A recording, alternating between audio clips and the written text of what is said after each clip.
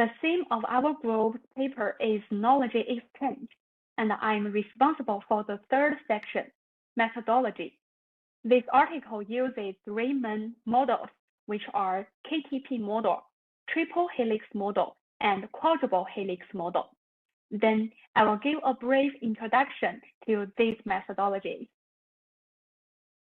Firstly, the KTP model. The Malaysia and Singapore economic cooperation was aimed at strengthening economic ties between Malaysia and Singapore. As we can see in the picture, there are three parts in the Malaysian KTP model: academic, community or industry, graduated or postgraduate intern. The KTP model facilitates investment cooperation, transportation, infrastructure projects, educational collaborations, and policy dialogue between Malaysia and Singapore. Secondly, the triple helix model. The triple helix model describes the collaboration between academia, industry, and government, with each sector influencing policy formulation. There is a figure shows patterns as events in the three-dimensional base of triple helix interactions. Three sub-dynamics are reproduced as functions as a knowledge-based economy. First one is wealth generation in the economy.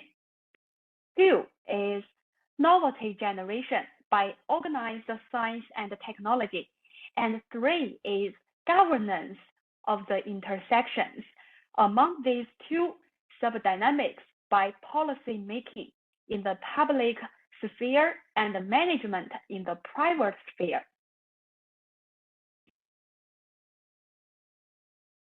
Thirdly, the quadruple helix model. The quadruple helix model expands upon this by introducing the fourth helix, civil society, which includes citizens and non-governmental organizations. This model emphasizes the importance of society values, ethics, and sustainable development goals. Additionally, the quadruple helix model focuses on aspects such as natural environment, sustainable development, preservation of the environment, and green technology. The environmental Kuznets curve theory suggests that as countries undergo economic development, environmental degradation may initially increase by eventually improve with wealthier nations investing in cleaner technologies and sustainable practices.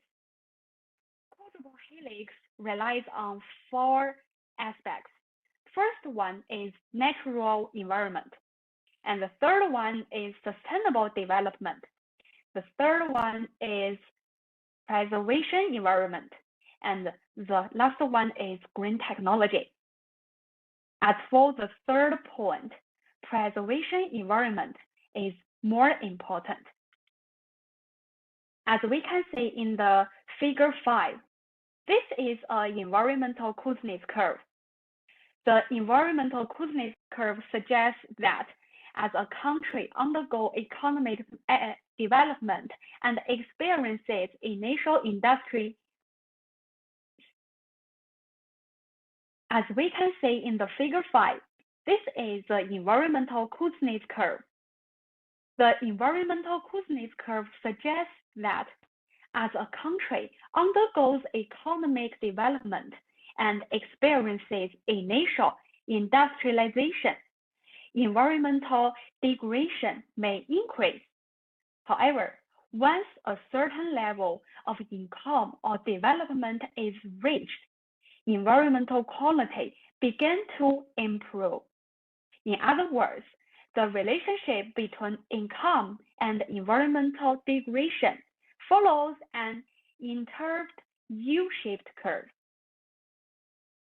So, as for our group paper, the main conclusion of this paper is that both KTP model and triple helix model and quadruple helix model can be applied to the practice of collaboration innovation.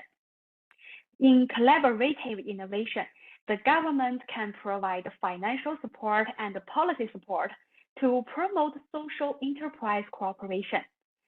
Colleagues and universities can provide enterprises with professional technology, personal, and basic research support to promote scientific and technological innovation. Enterprises can establish close ties with universities, obtain innovative talents and scientific research results.